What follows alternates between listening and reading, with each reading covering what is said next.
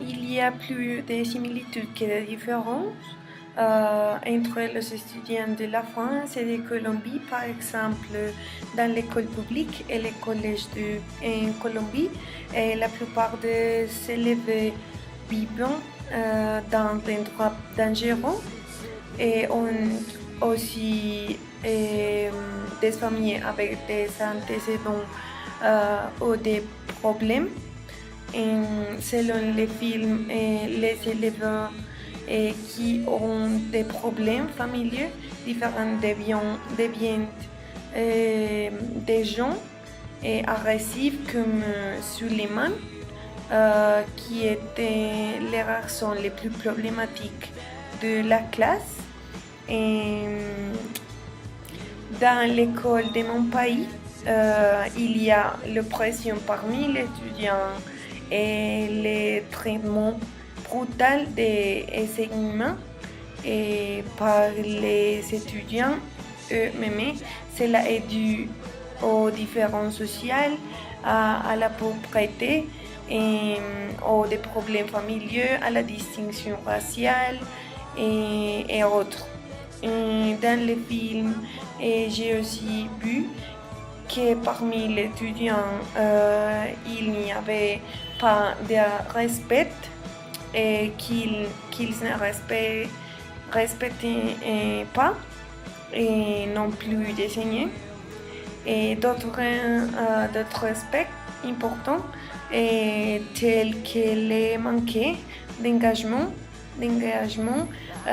des étudiants et dans l'étude et les problèmes psychologiques, affectifs, économiques sont pertinents à la fois en Colombie et dans la France aussi.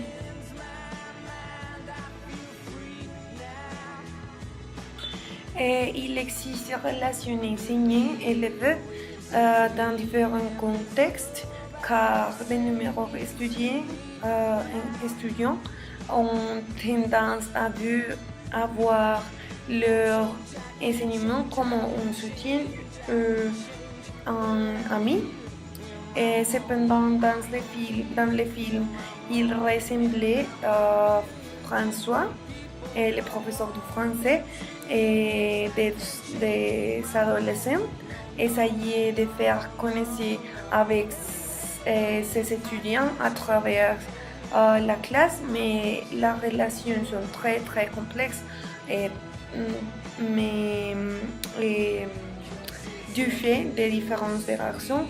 En Colombie, il y a beaucoup d'enseignants qui écoutaient leurs élèves pour savoir comment ils pensaient et agissaient et pourquoi ils le font.